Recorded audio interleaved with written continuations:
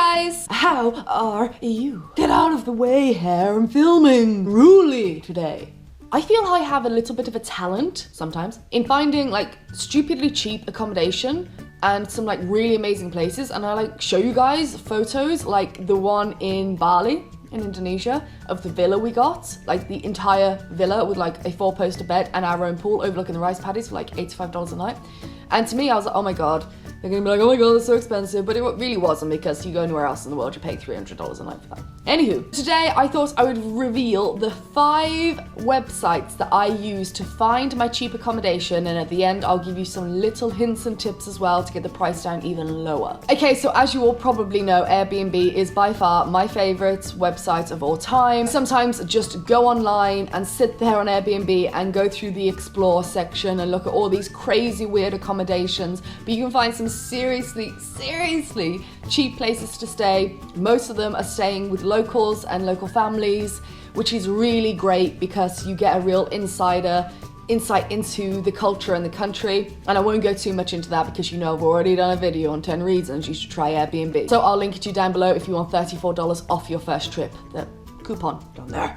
When it comes to Lastminute.com, I use this actually really rarely, but when I have used it in the past, it's only when I can't find anything else, or maybe we want something special.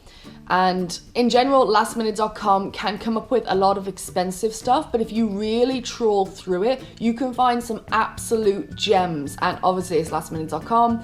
The longer you leave it to your departure date, the better the deals are going to be in general. Now, if I fancy staying in a hotel or like a bed and breakfast, and maybe we don't want to do Airbnb, or there's nothing on Airbnb in that certain city or location, I'll go on to Trivago. I've all seen the advert for Trivago and I absolutely love it because there are some insanely crazy good deals on there, and they really do slash the price on hotels. So if you wanted to treat yourself but don't have the money to stay at a nice hotel, check out Trivago, because sometimes it's like 70% off because they're trying to get rid of rooms, which I got really skeptical about. I'm like, why are they trying to get rid of rooms? Why can't they get rid of them at the normal price? And then we went and stayed there and it was like, wow, we don't know. Take advantage of the magic. Before is HostelWorld. Now, HostelWorld and HostelBookers, which are both very similar, they'll bring up pretty much the same listings, will show you all the hostels and cheap B&Bs and camping sites in the area that you select.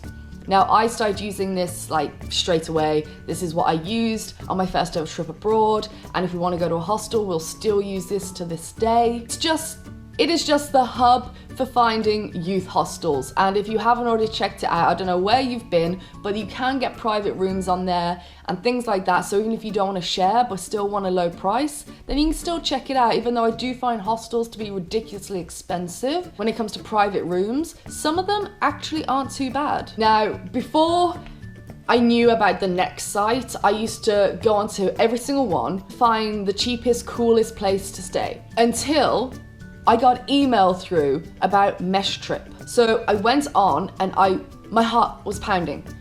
I typed in somewhere random like Bangkok. Suddenly like they pull up everything from like all the hotel websites and Airbnb and just like put it in one place for you. So you only have to go to one place and then you click on the place and it will link you to Airbnb or Booking.com or whatever it is. And for a really new site, they've got over 1 million listings like all over the world, so you're really not stuck for choice. But the fact that it goes beyond just picking the big hotel websites to compare as a comparison site, and the fact it brings in sites like Airbnb is so cool. All the links for everything in this video will be down below. Now I'm going to give you some quick hints, tips and advice on how to lower the price even more. Booking last minute, and I mean last minute, like on the day or the day before, will seriously cut the price, because unlike flights, where the less seats that are available, the more the price goes up. Sometimes accommodation's different. Hotels and apartments, things like that, they want to get rid of their rooms. So checking them out like the day before on like MeshTrip will show you just how cheap they can drop down, because the hotel manager's like, ah! But on that note, if you do leave it to like 1 or 2 days before your trip, most really good places have sold out. And the places with the really cool cheap deals have already sold out. So, you know, 6 in one, half a dozen in the other. Tip number 2, staying just outside of the city centre will really save you so much money. But here's a little warning, heed my advice. If you're gonna pick somewhere which is like a 20-minute bus ride out of the city like we did in Bangkok, make sure, like, look on the websites or look on their description. It'll normally say like directions to the city. Make sure it's super easy. Don't pick something really obscure and abstract when you want to be going into the city every day, but it's like an hour and a half and you have to get 8 buses.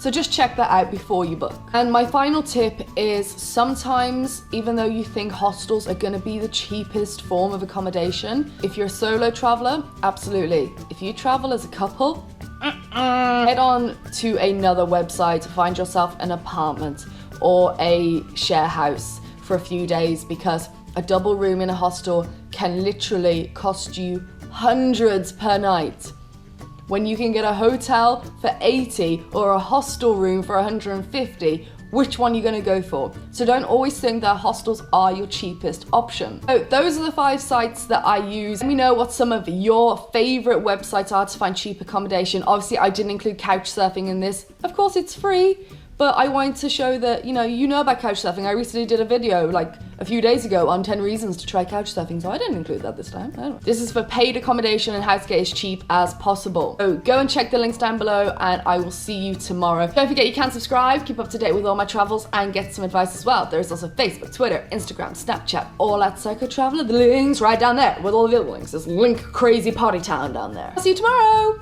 Love you.